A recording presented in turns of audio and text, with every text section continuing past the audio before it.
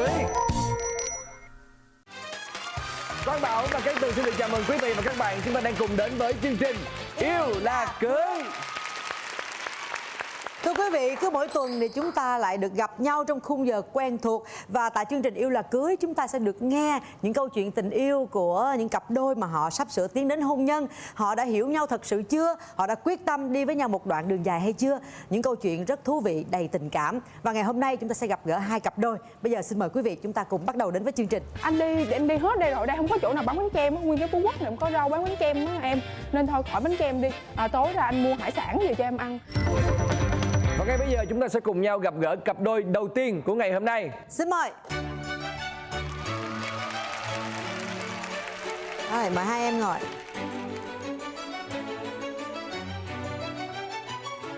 Đầu tiên thì xin mời hai bạn giới thiệu về mình đi ạ. Dạ, xin chào chị Cát Tường và anh Quang Bảo và tất cả các bạn. Em xin tự giới thiệu, em tên là Phạm Nguyễn Minh Thư. Em 25 tuổi, em đến từ Thủ Đức. Công việc hiện tại của em là manager cửa hàng thời trang. Em là Hoàng Thế Thiệu, em 26 tuổi. Em đến từ Đồng Nai. Công việc hiện tại của em là nhân viên vận hành máy. Tụi em tính đến nay là yêu nhau đã được 2 năm rồi ạ. Rồi hai bạn gặp nhau trong cái dịp nào? Em với bạn trai em á là có chơi chung với một người bạn. Bạn đó là tên là Hon. Là em hay nói chuyện với nó lắm. Mà bạn Hon là bạn trai hay gái? Trai. Bạn Hon bạn trai. Thì bạn thôi chứ không có tình ý gì hết. Bạn thân của em Bạn thân luôn. thôi. Rồi. Thì lúc đó qua mới là uống Highland. Thì lúc đó em nhớ tầm tháng đó là tháng 5 2016, đang có chương trình mà mua 1 tặng 1 á. Cái tự nhiên em đang làm, em không có nghĩ á là nó sẽ qua nó kiếm em. Mà trong cái tâm thế em đi qua bển á, em nghĩ là nó bao em, nó qua nó kiếm em thì nó bao em. Dạ. Em không đem tiền. Mà em còn nói với bé bạn là được rồi, cho chị đi qua bển, chị lấy ly về cho em, ly trà sen về cho em đàng hoàng. Trời ơi, quê nha, này hơi quê nha. Em nói, tại vì em đi, em đang làm việc, em đi, Đúng em rồi, cũng ái ngại bụng. Qua bển ngồi, thấy mua sẵn ngồi rồi. Xong rồi cái em ngồi, em ngó vậy đó, nó uống rồi nó uống, xong lấy muỗng, nó múc, nó ăn. Xong em ngồi em nhìn vậy thôi à. Không ai mua hết trơn chị. Tại sao Hoài lại luôn, không không mua? nước luôn hả? Là nếu như bạn nữ không mua sao bạn Tại không ra mua vì những lúc bạn đó nữ? là đã mua 1 tặng 1 thì em với Hon là hai người đã đủ phiếu rồi. Thì Thư qua thì là bạn thân của Hon. Mà Hon cũng không mua nước thì em cũng không mặc kệ luôn. Trời đất Tại vì ơi. phương châm của em lúc đó là trang hiện đại là không dạy gái ạ. Trời ơi. Vậy chắc tôi cũ lắm rồi. Trai hiện đại không vậy gái, nhưng mà lịch sự hình như hai thằng trai qua rủ đứa gái đi uống cà phê. Không có mình Hon mà nó không mua luôn, nó ngồi nó nhìn. Là coi như này là ngồi sẵn bên quán, Hon chạy qua kêu. Đúng rồi, tại Bây đâu giờ biết em còn đâu. chơi với Hon không? Còn cũng còn thân vậy đó. Hon. Chị là chị nghĩ chơi em rồi nha Hon. Chị là chị nghĩ chơi em rồi nha Hon. Hon bạn hỏi, mày biết Thiệu không? Biết Thiệu nào? Thiệu Super Chao á, tại vì lúc đó nickname Facebook nó là vậy á, nhưng mà Super Chao. Super Chao. Em hiểu Super Chao là gì không? Super Chao kiểu là cái gì nó tào lao lắm, nó bèo lắm. Kiểu Super bèo Chao lắm chị. Tôi nghèo nên người bỏ ra đi. Nó ghê chị ơi, nó dài gì nè, xong rồi mặt thì mặc đồ sơ mi, mặc đồ như ba em vậy, em tưởng tượng như ba em vậy, chuẩn lắm. Nói chung là nhìn không hợp khẩu vị nên em cũng không đòi hỏi là mua hay không mua nữa, kệ. Khẩu vị là sao em tính ăn ra hả? Cái khẩu vị nó không có hợp. Thích ăn ngọt và nay nhìn nó mặn quá, hiểu không? Nói chung là em nghĩ là Coi như chững là chạc. lần đầu tiên không có ấn tượng gì hết, chưa nói là bị trừ điểm âm. Tự Ấn nhiên tượng mắc của bạn. mớ gì mà rồi cuối cùng là yêu nhau. Thì đúng ra là cũng không yêu đâu. Tại vì lúc đầu nhìn thấy Thư thì Thư cũng không phải là cái gu của em ạ. Nữa hả? Cũng không phải khẩu vị Dạ. luôn. Tại vì Thư lúc đó là đi làm thì về là đi một bộ màu đen từ đầu đến cuối ạ. Thấy lúc đó giống như là bà thím ở nhà của em vậy. Trời đất ơi. Tại vì rất là lớn tuổi ạ. Ấn tượng với Thư là Thư nói chuyện với người lạ rất là vui, rất là thân thiện ạ. Cho nên là em quyết định là em kết bạn trên Facebook với Thư ạ. Khoảng 2 tuần sau là em chủ động hẹn Thư ra uống nước riêng. Được không? Rồi cuối cùng ông bố có mời được bà thím không? Dạ được chứ ạ. Dạ cô này chắc cũng chấm em sao á. Em thì nghĩ bình thường là chị ai mời em đi thôi à. Em không có thấy Không sợ bình hả? thường. Lần này có thủ tiền theo không? Có, em phải thủ tiền theo chứ mà sao tự nhiên mời coi phim. Xong rồi kêu em là, tại vì em làm ở bên đó mà, thì em lên em mua vé luôn. Thì kêu là mày lên mày mua đi. Đúng rồi là tao qua tao chở mày đi. Lúc đó là xưng mày tao, nghĩ là bạn thôi. Lúc đó em mới nghĩ trong đầu, rồi lỡ là nó không đi hoặc nó không trả lại tiền cho mình sao? Đúng rồi. Đợt trước đi nó đã không mua nước Đúng cho mình rồi. rồi. Sao bạn bè gì mà nghi ngờ nhau như vậy? Nhưng mà Bởi vậy bực tức lắm. Xong rồi cái kêu Mày kêu yên tâm mày mua đi. Rồi mai mốt mà nếu mà tao không đi được tao trả tiền cặp vé lại cho mày. Em yên tâm chạy xe qua bên đó mua. Em cũng không có thích coi phim nhiều, mà nhất là phim ma nữa. Nhưng mà tại vì giống như là mình thể hiện cái bản lĩnh của mình thì mình chủ động mình rủ coi phim ma thôi. Coi với ý đồ là giống như là muốn xích gần lại á chị, nhưng mà không có gần lại được, mà vô sợ ma trước em. Rồi Sợ sau đó thiệt sao? không hay là Dạ, sợ thiệt. Sợ thiệt Dạ, hả? vâng. Em nói trời gì mày cái gì đâu sợ, coi đi cái gì đâu. Coi phim đó xong rồi đúng không, về xong rồi mới rủ đi uống nước. Thì lúc đó mới ngồi gần, lúc đó nói thiệt là nói hoài mà cũng không biết nói gì. Em mới mở cái ma hài mà Hàn Quốc Ma á. nữa hả? Dạ, lại Mà lại Hàn Quốc không có sợ, nó hài không mà. Tự nhiên cái kêu là Thư ơi cho tôi ôm mày cái nhảy vô ôm. Xong em lúc đó em mới hết hồn, xong kêu gì ba có gì đâu sợ, sao sợ hoài. Cái thả ra. Mà nó có sợ thiệt không hay là cố tình không, nói đó vậy là đấy? em cố tình để em được ôm Thư ạ. Đó là ôm đầu tiên của tụi em ạ. Thì hôm đó sau khi mà em đã được em ôm được Thư rồi ạ, thì em tỏ tình với Thư là Thư à, tao thích mày rồi. Hết. Wow. Sao không anh thích em hay Em là tưởng cái gì đó lãng mạn không hay là cái gì? Lúc em nhận cái tin nhắn đó em thấy như thế nào, em trả lời Em thấy sao? bình thường à, đối với em tại vì xưng hô mày tao nó bình thường mà, nó đổ qua anh em đột ngột em mới hết hồn á. Tại vì lúc đó em cũng đâu có bồ đâu, thì bây giờ thôi thêm thì mình thêm đi chứ bớt làm cái gì. Đúng rồi. Xong em kêu là thôi bây giờ cũng chưa có gì, thôi mình không từ chối, thì tao cho mày một cơ hội, như tao một sự lựa chọn thôi. Dạ. Thì tao chọn mày đó, giờ mình tìm hiểu vậy thôi. Dạ. Rồi bây giờ là 2 năm. Có những Dạ. cái câu chuyện dở khóc dở cười nào trong 2 năm vừa qua nữa không? Những câu chuyện gì mà nó ấn tượng á? Em với Thiệu thì nhiều gay cấn lắm. Sinh nhật thì dẫn em đi du lịch. Đợt sinh nhật em vừa rồi là đi Phú Quốc. Có Đi gì 3 vui ngày. không? Có gì vui không? Thì buổi tối đó thì em kêu là anh sinh nhật của em mà sao gì mà chán quá, anh dẫn em đi chơi xong anh cũng chả có làm cái gì, không có cái gì hết, không có quà gì hết, không có gì hết. Kêu là dẫn đi chơi còn tốn tiền hơn mua quà nữa, giờ quà gì. Xong em mới kêu thì anh cũng có cái gì đó chứ, thôi anh mua bánh kem đi. Xong kêu để anh đi hết đây rồi, đây không có chỗ nào bán bánh kem á, nguyên cái Phú Quốc này không có rau bán bánh kem á em, nên thôi khỏi bánh kem đi. Tối ra anh mua hải sản về cho em ăn. Xong ra mua đâu, anh mua lúc đó anh mua cái gì ta? Lúc đó em mua sò dương. Mua 2 con. Rồi em ngồi em hát bài chúc mừng sinh nhật. Xong em kêu là anh ơi mệt quá à, sinh nhật gì nữa, vậy em mệt rồi đi ngủ đi. Nói không, sinh nhật em phải đợi tới 12 giờ anh mới ngủ. Xong em không biết là mấy giờ ngủ lại chứ em ngủ trước á. Hồi nãy em nói em là cái gì? Trai hiện đại là không. Trai hiện đại là không Dạ, dạy gái dạ, hả? dạ. Quen em là lễ Tết sinh nhật rồi có tặng quà rồi gì cho em không? Hay là vẫn giữ cái quan Không điểm chị, là hồi xưa thôi, còn bây giờ em cải tạo rồi. Nên là bây giờ là tự hỏi em luôn, em ơi em thích tặng gì anh tặng cho em. Nói chung là em đã thông tư tưởng rồi. Mới đầu quen hay gây nhau lắm, do là tín hiệu rồi khô khan lắm, cũng không có quan tâm gì. Thời ban đầu là rất là thích nhậu, đi nhậu á là sẽ không có bao giờ liên lạc với em. Hồi đó là cái tính em ngang tàng lắm và cũng chưa thương Thư nhiều, nên là lúc đó là em cũng không để ý cảm xúc của Thư như thế nào đâu ạ. Cái này em cũng Kệ Thư ạ. do đi nhậu quá là chia tay? Nói chung là đi nhậu rồi cũng Thiếu quan tâm ạ. thiếu quan tâm, nói chung là vô tâm lắm.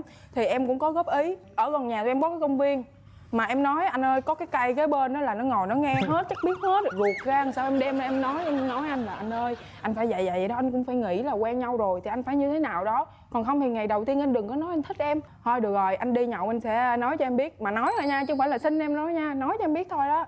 Cứ lặp lại thì trong vòng 1 tháng. Lúc đó thì cũng quá nhiều thứ rồi thì em quyết định là chia tay.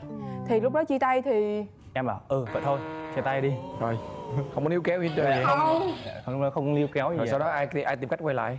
em Chia tay bao lâu?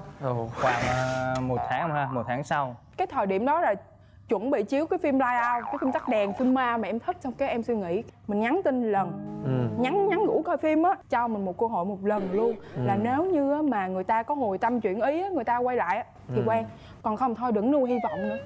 Rồi em nhắn cho người ta rồi bạn khi nhận tin nhắn thấy như thế nào? Thì lúc đó là Thư chủ động thì em cũng bất ngờ lắm. Nhưng mà trong cái tuần đó là em có buồn gì không? Em thấy nó rất là trống vắng, tại vì cái khoảng thời gian đó nói chuyện với nhau nhiều. Em nhận ra được là một điều là Thư là một người con gái trước giờ em chưa có gặp và rất là tốt, nên em cũng đồng ý là hai đứa đi xem phim hôm đó. Rồi sau khi hôm đó thì hai đứa nói chuyện lại với nhau một lần nữa về quan điểm tình yêu, về tính cách, về tất cả. Thì Thiệu nói thôi đi uống nước, thì em không chịu, em nói thôi ra công viên đi, cái chỗ mà có cái cây đó, ra ngồi nói tiếp. Thì lúc đó thật sự em xúc động, em vừa nói em vừa khóc. Em nói là nếu như bây giờ mà em không nhắn tin cho anh, em biết là chắc chắn anh sẽ không bao giờ đá động tới em đâu. Nhưng mà thôi, mình thương thì mình chịu thôi. Em là em sợ sau này em sẽ hối hận. Em nói là em sẽ cho chính bản thân em một thang điểm là 10. Em sẽ không cần anh thay đổi bất cứ một điều gì cả. Nhưng mà anh cứ làm đi, em không giận anh đâu. Nhưng mà ví dụ như là anh làm sai một cái thì là 1, sai 10 cái là chia tay luôn. Là lúc đó em sẽ không có một cái níu kéo bất cứ điều gì nữa. Là tùy thuộc vào anh thôi. Quyết định thay đổi bản thân từ lúc đó. Dạ, đúng rồi. Có thay đổi được không? Thì em thấy giống như là biết là anh sai rồi, anh biết anh sai rồi, anh sẽ bỏ nhậu và anh sẽ dành nhiều thời gian quan tâm em nhiều hơn. Sau đó là không có còn cái biến cố nào nữa hết cho tới lúc mà quyết định kết hôn luôn. Nói chung là em cũng rất là thương Thư và em cũng rất là tôn trọng những cái lời của Thư góp ý. Đến lúc nào thì giới thiệu về gia đình? Khi mà yêu nhau được khoảng hơn 1 năm thì lần đầu em dẫn Thư về nhà em thì nói chung là ba mẹ em rất là hài lòng. Tại vì Thư thì rất là khéo cho nên ba mẹ em rất thích Thư ạ. Ngược lại bên nhà Thư thì có vừa ý với bạn trai không? Em thương thì mẹ em, gia đình em không có cấm cản gì hết. Quan trọng là có công việc ổn định là được rồi. Có nghĩa là không có về trở ngại phía gì gia đình hết. là không trở ngại gì hết. Dạ, với gia đình thì tất cả đều đồng ý ạ. Chị chỉ có chọn mọi ngày một cái là ban đầu về tôn giáo á chị. Dạ, đúng rồi. Nhà của Thiệu là có đạo. Dạ bên em là Thiên Chúa, còn Rồi. bên Thư là bên Phật. Thì lúc đầu là khó khăn lắm tại vì em cũng nói với Thư là về ở chung với nhau, ví dụ em thấy nó không hợp, em không thích thì có thể là đạo ai người đã dứ. Anh vẫn tôn trọng em. Nhưng mà Thư lại nói với em một điều mà đến bây giờ em rất là thương và nhớ hoài. Thư nói với em là em thương anh, em cưới anh thì tất nhiên là đạo anh em cũng sẽ theo. Để sau này con cái chúng mình nó cùng một hướng, mình dạy bảo nó sẽ tốt hơn, nó sẽ đồng quan điểm với nhau hơn. Vậy thì bây giờ hai bạn còn có những cái điều gì mong muốn đối phương phải thay đổi nữa không? Đối với em á, lúc mà mới quen thì có rất là nhiều thứ em không hài lòng, khô khan, không quan tâm này nọ. Nhưng mà sau khoảng thời gian 1 năm thì em cảm thấy ưng ý. Em không có điều gì mà mong là bạn thay đổi, em muốn là giữ vững như vậy hoài. Thư thì em cũng hy vọng là sẽ bình tĩnh hơn, nhìn sự việc và giải quyết một cách từ từ. Thì em cũng nói với Thư là em cứ yên tâm, chuyện gì có em có anh là mình giải quyết được hết. Nên là em cũng mong hy vọng là Thư là kiềm chế được cái bản tính nóng nảy của mình. Dạ, thì hôm nay đến với chương trình thì anh. Wow. Thì đầu tiên là anh có một bó bông anh tặng em, chúc em lúc nào cũng tươi cười như bó bông này. Và tiếp theo đó là đây.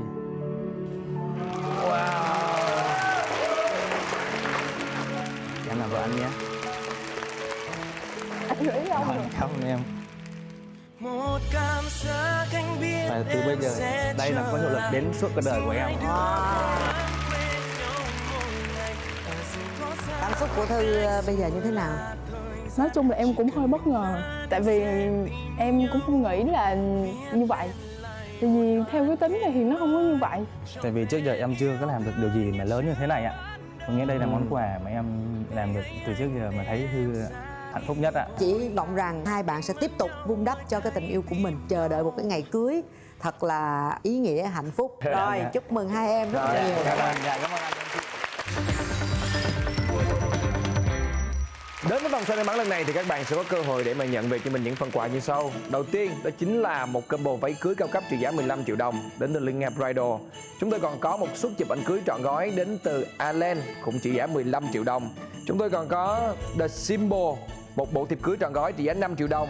Chúng tôi còn có một phiếu mua hàng điện tử tại website www.uma.vn trị giá 2 triệu đồng tại chuỗi siêu thị nội thất và trang trí Uma.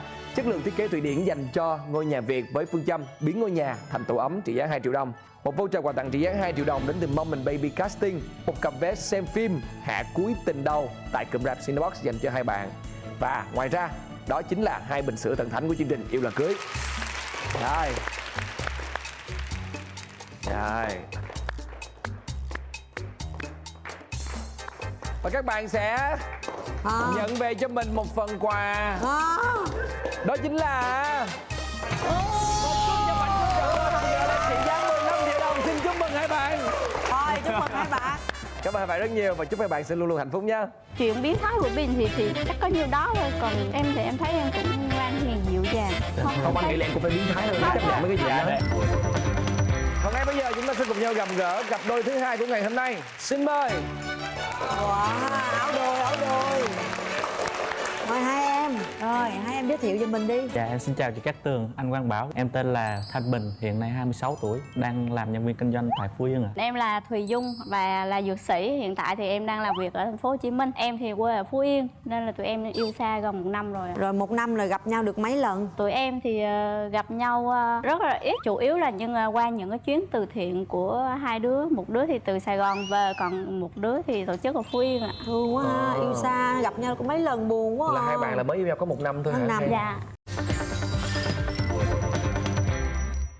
Cái lần đầu tiên hai bạn quen nhau là cái cơ duyên nào? Khoảng 1 năm trước thì em vô tình lên Facebook và thấy bạn Bình và em đăng tuyển tình nguyện viên cho câu lạc bộ từ thiện của bạn ấy, cho nên là em mới comment là chúc câu lạc bộ của bạn ấy phát triển.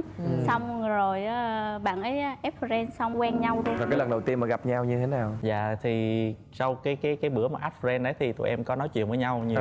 Cái đợt Dung có về lại Phú Yên thì có hẹn bạn bè với lại em tới tại một quán karaoke. Sau bao lâu nói chuyện trên mạng? Dạ khoảng tầm 1 tháng. Khoảng 1 tháng. Rồi cái ấn tượng hai bạn khi lần đầu tiên gặp nhau ra sao? Dạ lần đầu tiên gặp Dung ở trên mạng thì ảo lắm á, mà ra gặp thì Cũng thường thôi. dạ thường. Mà thật ra thì em trên Facebook thì mình phải đẹp đúng không chị? Đúng rồi. Khi ra rồi gặp thì vừa luôn vừa ú mà không có xinh như trên hình. Nhưng mà cái lúc mà 1 tháng mà hai bạn quen nhau trên mạng đó là hai bạn nói với nhau những chuyện gì? Lúc đó là có thả thính gì chưa hay là cũng chỉ mới là bạn bè bình thường? Tụi em ban đầu quen nhau là không ý định gì hết, chị nói chuyện bình thường, chuyện công việc em cũng thấy bình thường, em chả thích. Nhưng mà cái lần em về Phú Yên đó là em gặp được bạn này xong thì cảm xúc em như thế nào? Ban đầu thì thấy cũng phong độ, về sau thì còn nhiều cái nó bất ngờ lắm chị. Rồi Làm sao mà hai bạn quen nhau? Đó. Qua ngày hôm đó thì tụi em cũng nhắn tin, Bình thì cứ thả thính em thế thôi. Em thì cứ dửng dưng như là Sao chê ta mà vẫn thả thính? Dạ sau cái lần gặp đó thì cũng thấy cũng thích. Xong về em cũng thả thính mà thính không có dính. Tầm bắt đầu 1 tháng sau là bắt đầu em chợ trứng chuyển qua chán hoài mà không được đúng dạ, không? xong rồi cái em mới chốt hạ lại một câu thôi. em đang ngủ xong rồi em nhận được tin nhắn lúc nửa đêm: bây giờ mày có yêu tao không? Đó là câu tỏ tình của Bình. Ủa là xưng mày tao ở ngoài đời hả? Lúc đó tụi em xưng nhau mày tao. Em thấy tin nhắn thì em cũng bình thường, em cứ nói trời ơi cứ giỡn như con nít này. Xong rồi em cứ nói là thôi mình cứ cho vui. Em nói yêu thì yêu, có ở đâu. Thế là từ đó tụi em thành người yêu của nhau. Nhưng mà lúc đó thì thực sự là chưa có tình cảm gì hết. Em chưa có gì, còn Bình thì chắc là hơi thích em thôi. Cái lúc mà nhận cái lời yêu đó cho tới lúc mà các bạn gặp nhau lại và đi chơi là bao lâu? Tầm khoảng 1 tháng sau tiếp Dung về lại Phú Yên Nữa hả? Dạ sau nói chung là cái chuyến đó là Định bữa đó mệnh. thì đặt vé 10 giờ đêm là về tới Phú Yên, nhưng mà hôm đó là tàu trễ, là về tới Phú Yên là tới 12 giờ, là em chờ từ 10 giờ tới 12 giờ. Em có đi đón. Dạ ra đó Rồi. em vừa cầm cái đàn xong Dung hôn em. Dạ tại vì lúc đó em thấy thương quá, em thấy chờ đợi mỏi mòn quá, em thấy tội quá. Rồi bây giờ mình tiến tới trong cái quá trình hơn 1 năm nó có cái gì đẹp trước đi. Kỷ niệm tình yêu có cái gì hấp dẫn không? Có lẽ cái lần mà làm cho em cảm thấy thương và tội Bình nhất đó là lúc mà nội em bị bệnh nặng ở quê, xong em về quê. Bình thì đi công tác ở Nha Trang thì cách nhà em khoảng 200 km. Xong rồi nửa đêm Bình nghe tin xong rồi Bình chạy về quê. Trên đường đi từ thành phố về nhà em thì đường vắng, nhà em trên núi chị. Bình đi một cái đoạn đường rất là dài, là sương buổi đêm ở quê nó lạnh chị. Bình về đến nhà Bình tím tái lau nhà vệ sinh, sau hỏi ra mới biết thì mình sợ ma quá, đi đường sợ ma quá cho nên mắc tè, không có dám tè. Trời đất ơi, đi một mình không dám tấp vô lề tè. Dạ không. Không có đèn sao dám vô chị? Mà đường là không có một nhà cửa gì hết đó chị, trống hoang trống hốc, mà lạnh sương mưa bay bay nữa. Đi cái xe cà tàng. Đi cái xe cứ cọt kẹt. Cảnh tượng lúc đấy em nói lỡ mà ai mà rờ sau đây chắc em cũng không biết đâu. Rồi sao lúc bạn gặp vậy bạn cảm thấy như thế nào? Em cảm thấy tội và em thấy Xúc động phải không? Và cảm giác cũng giống như là Bình là người trong gia đình của mình rồi, quan tâm đến mọi thứ, quan tâm đến cảm xúc của mình. Đó là điều em cảm thấy trân trọng. Có một cái chuyến đi từ thiện thì Dung thì mang đồ ở từ Sài Gòn về, hàng của từ thiện với lại hàng của Dung thì bỏ chung. Mà em với Bình thì đi vào khám và cấp thuốc bệnh cho bệnh nhân. Còn ở ngoài này thì các anh chị cứ tặng quà thế thôi. Thế là hành lý của em á, bao nhiêu thứ các anh chị tặng cho bà con ở quê đó hết. Xong rồi sau chuyến đi thì em chỉ còn mỗi bộ đồ trên người thôi. Em đi tặng quà cho mọi người 3 ngày em mặc bộ đó thôi. Còn hỏi em có mua gì không? Vậy sao không mua đồ khác cho người ta? Tụi em đi từ thiện là những chuyến ở trên núi cao, những đồng bào vùng sâu vùng xa á chị. Cho nên là không tìm mua được. Thế là em cứ bộ đồ đó mặc hoài thôi. Ban đầu gặp Bình thì em cứ thấy Bình cũng đẹp trai, cũng thơm tho, sạch sẽ lắm. Nhưng mà ở trong chăn thì mới thấy rận được.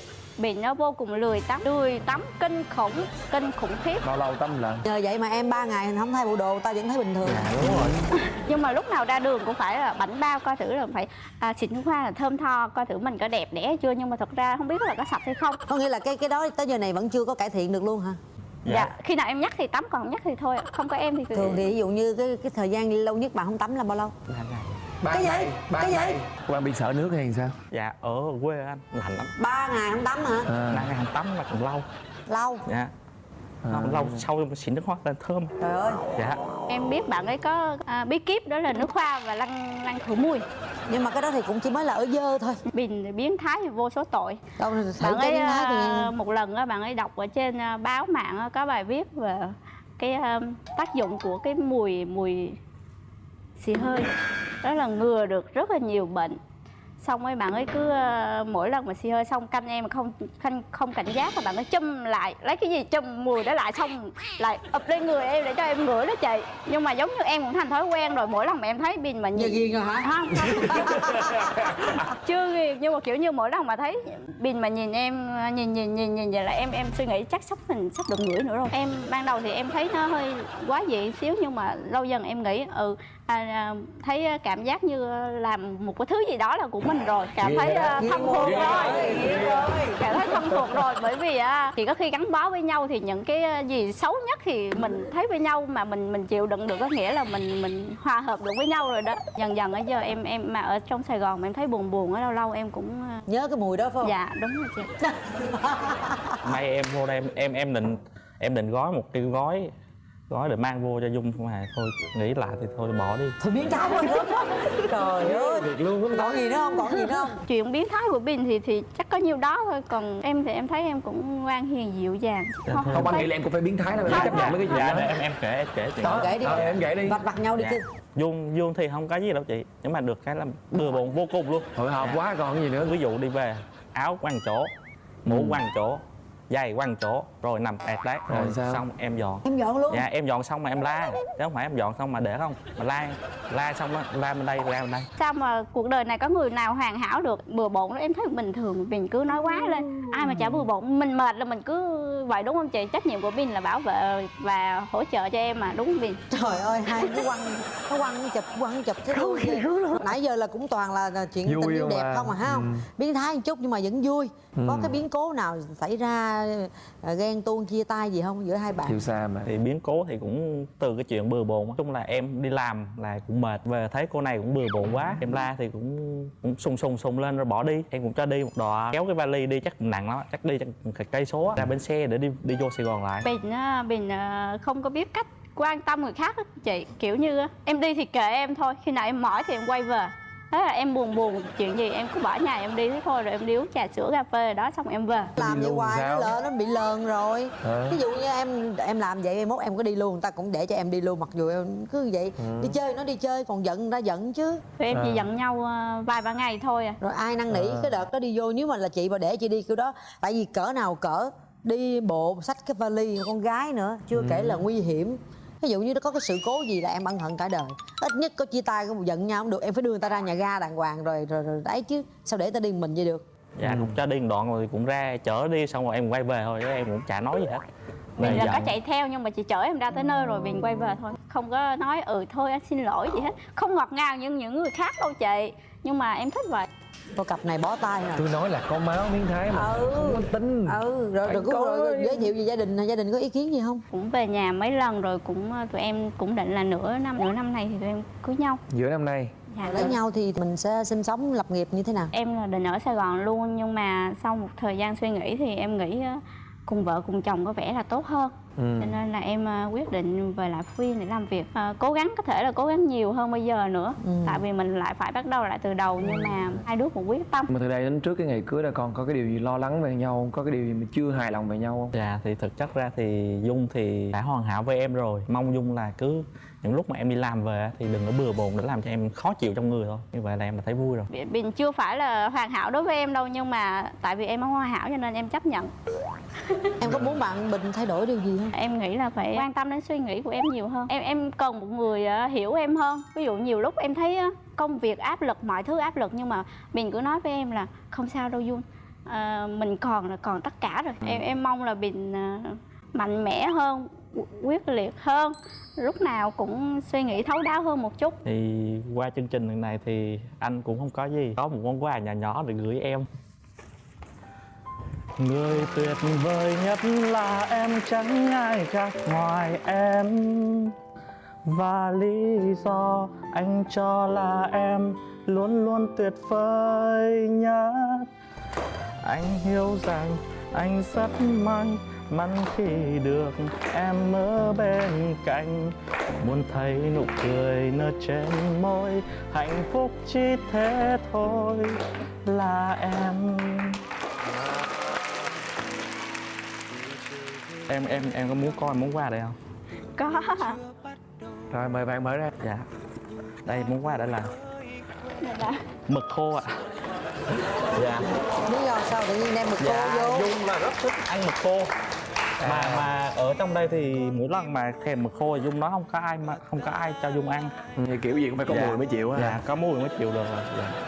Em cảm nhận như thế nào về hành động bất ngờ và món quà ngày hôm nay? Thật ra thì Bình rất là quan tâm đến vấn đề ăn uống của em. Em thích ăn gì Bình biết hết. Cho nên với em chỉ có ăn uống và kim cương là em thích thôi. Cho nên hôm nay tặng ăn uống cũng được rồi, lần sau tặng kim cương. Cố gắng. Thật ra hai bạn sao ta, nó là rất là dễ thương, nó có những cái rất là trẻ con, nhưng mà chính những cái đó cũng giống như là em bạn gái nói vậy đó, nó cũng là cái chất kết dính để cho hai bạn hiểu nhau nhiều hơn, giống như là chịu đựng nhau rồi từ từ nó cũng thành thói. Người ta nói là lia thiêu quen chậu, vợ chồng quen hơi, nắm tay anh ấy thật là chặt, cảm nhận cái cuộc sống, cảm nhận cái tình yêu. Mọi thứ cứ để anh ấy lo. Chị hy vọng là hai em sẽ càng ngày càng vun đắp cho cái tình yêu của mình đẹp hơn nữa. Giờ chương trình em cũng xin gửi lời cảm ơn tới ba mẹ Bình, ba mẹ em. Hy vọng là ba mẹ và mọi người sẽ ủng hộ những cái dự định của hai đứa, ủng hộ những chuyến thiện nguyện của hai đứa. Tại vì với em sống là cho đi. Rồi, chắc chắn rồi. Và ngay bây giờ chúng ta sẽ cùng nhau đến với vòng xoay may mắn và các bạn sẽ có cơ hội nhận được một trong những phần quà sau đây. Đầu tiên, chúng tôi có là một combo váy cưới cao cấp trị giá 15 triệu đồng đến từ thương hiệu Linh Nga Bridal. Chúng tôi còn có một suất chụp ảnh cưới trọn gói trị giá 15 triệu đồng đến từ thương hiệu Allen. Chúng tôi có một bộ thiệp cưới trọn gói trị giá 5 triệu đồng đến từ The Symbol. Ngoài ra, chúng tôi còn có một phiếu mua hàng điện tử tại website www.uma.vn trị giá 2 triệu đồng tại chuỗi siêu thị nội thất và trang trí Uma. Chất lượng thiết kế Thụy Điển dành cho ngôi nhà Việt với phương châm biến ngôi nhà thành tổ ấm. Chúng tôi còn có một voucher quà tặng trị giá 2 triệu đồng đến từ thương hiệu Mom and Baby Casting. Chúng tôi còn có một cặp vé xem phim, bộ phim Hạ Cuối Tình Đầu, một bộ phim rất dễ thương tại cụm rạp Cinebox dành cho hai bạn. Và ngoài ra, đó chính là 2 bình sữa thần thánh của chương trình Yêu Là Cưới. Và hai bạn quay vòng quay của mình. Rồi, để coi nha. Hy vọng ở đây sẽ là một cái phần quà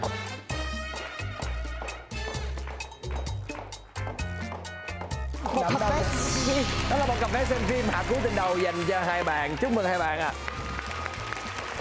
Kính thưa quý vị, và bây giờ thì thời lượng phát sóng của chương trình đã hết. Cát Tường và Quang Bảo xin hẹn gặp lại quý vị trong chương trình tuần sau. Xin kính chào và hẹn gặp lại. Quý vị cũng đừng quên khung giờ quen thuộc của chúng tôi vào lúc 15 giờ thứ Bảy hàng tuần trên kênh HTV7 quý vị nhé. Và ngoài ra, quý vị cũng có thể xem lại thông qua cổng YouTube, đó chính là MCV Media, cũng như là cổng thông tin Love TV. Cảm ơn quý vị rất nhiều. Xin chào và hẹn gặp lại.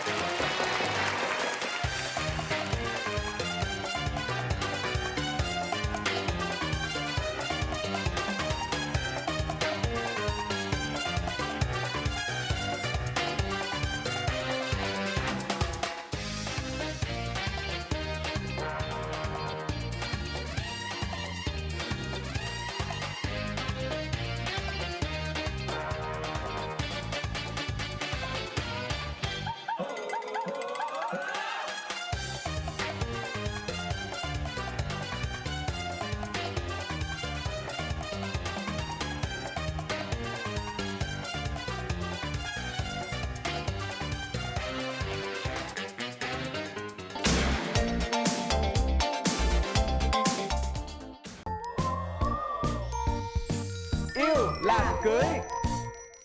Ảnh ngồi kế bên, cái ảnh nắm cái tay em lại, nắm cái tay đó, lúc là mình là chị mà mình cũng phải sĩ diện của chị, rút tay lại. Chứ không về để suy nghĩ rồi cân lên đặt xuống, hoặc là người này người cái tác động là cái đó là nó cũng không có thật lắm. Em muốn là thật ngay lúc đó thôi. Hợp lý.